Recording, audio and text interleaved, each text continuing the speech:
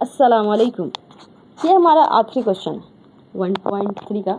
अब हम 1.3 को टाटा बाय बाय करेंगे और नेक्स्ट क्वेश्चन में मिलेंगे, क्योंकि हम लोग एक ही क्वेश्चन में बहुत ज़्यादा पढ़ेंगे। तो क्वेश्चन है हमारा 6 + √2। ठीक है, यहाँ पे हम सभी जानते हैं कि अगर प्लस में या माइनस में एक संख्या परिमेय और दूसरा अपरिमेय हो तो वो क्या हो जाता है, अपरिमेय होता है। जैसे अगर हम √5 में से अगर हम √2 घटाएंगे तो ये हमारा अपरिमेय है। अगर हम 5 में अगर हम 2 भी जोड़ेंगे तो भी हमारा अपरिमेय है। मतलब कि अगर ये सबसे पहली बात, बच्चे को एक चीज़ क्लियर होना चाहिए कि परिमेय संख्या कहते किसे हैं। अगर किसी को डाउट हो तो कमेंट कर देना, मैं उसका डाउट क्लियर कर दूँगी इंशाल्लाह नेक्स्ट किसी वीडियो में। तो हमारा क्वेश्चन है 6 + 2√2 क्या है, सिद्ध करना के का परिमेय। सेम क्वेश्चन सेम पैटर्न लेके चलेंगे। यहाँ पे सॉल्यूशन लेंगे, यहाँ लिखेंगे 6 में लिखेंगे माना 6 + √2 एक क्या है, परिमेय संख्या है।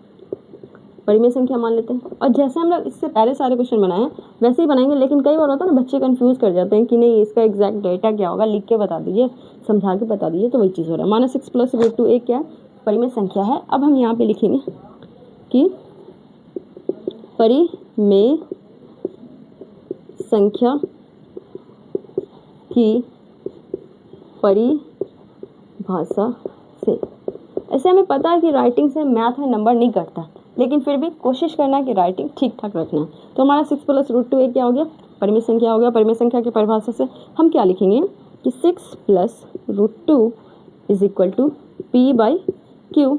और हम यहाँ पे लिखेंगे, यहाँ p और q दो क्या है, पूर्णांक है। q ≠ 0, क्योंकि वैल्यू कभी भी 0 नहीं आएगा। अब वैसे लिखेंगे, यहाँ पे 6 + √2 है। अब देखो ये परिमेय है और ये अपरिमेय संख्या है, तो कुछ नहीं करेंगे। जब भी ऐसा क्वेश्चन होगा तो परिमेय को एक साइड कर देंगे, अपरिमेय को एक साइड कर देंगे। और हमें पता है p/q क्या होता है, परिमेय संख्या होता है, जो p/q के रूप में होता है। ये √2 सिंगल है तो इसको यही छोड़ देते हैं, और ये p/q -6 हो जाएगा। तो √2 यहाँ पे हम LCM ले लेंगे, ठीक है, तो p - 6q हो जाएगा। ठीक है, अब ये देख रहे हैं कि ये वाला क्या हो जाएगा, अपरिमेय है, जबकि ये वाला क्या है, हमारा परिमेय है। यही तो हमें समझना था। तो उसके अकॉर्डिंग हम यहाँ पे स्टेटमेंट लिखेंगे कि यहाँ p - 6q बटा q एक परिमेय संख्या है, जबकि हमारा क्या है, √2 एक अपरिमेय संख्या है। अब जैसे एक साइड क्या हो जाएगा, हमारा अपरिमेय होगा, एक साइड परिमेय होगा, तो यहाँ पे हमारा स्टेटमेंट ही गलत हो जाएगा। तो हम यहाँ पे लिखेंगे कि अतः हमारी मान्यता, मतलब स्टेटमेंट मान्यता क्या हो गई, गलत है। इसलिए 6 + √2 एक क्या हो जाएगा, अपरिमेय संख्या।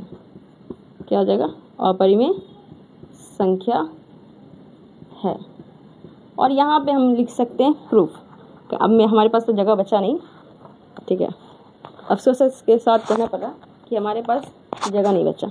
लेकिन लास्ट में जब इतना सारा क्वेश्चन बन जाए तो लास्ट में, सबसे लास्ट में यहाँ पे लिख देना है क्या, प्रूफ।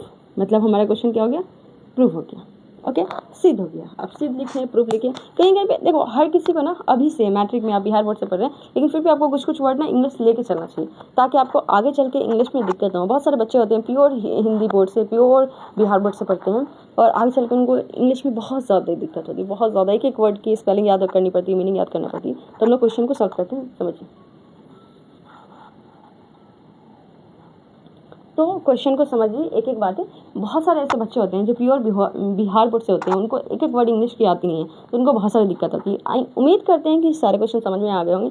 फिर भी अगर कहीं डाउट रह गया होगा तो आप मुझसे पूछ सकते हैं। और इस क्वेश्चन को जो मैंने बनाया है इतनी मेहनत से, इसको मैं इस पोस्ट में डाल दूँगी, तो आप उससे देख के समझ लेना। और कहीं पर भी डाउट हो तो आप कमेंट कर लेना। Okay, bye bye. तो ये हमारा चैप्टर ख़त्म हुआ। Bye bye.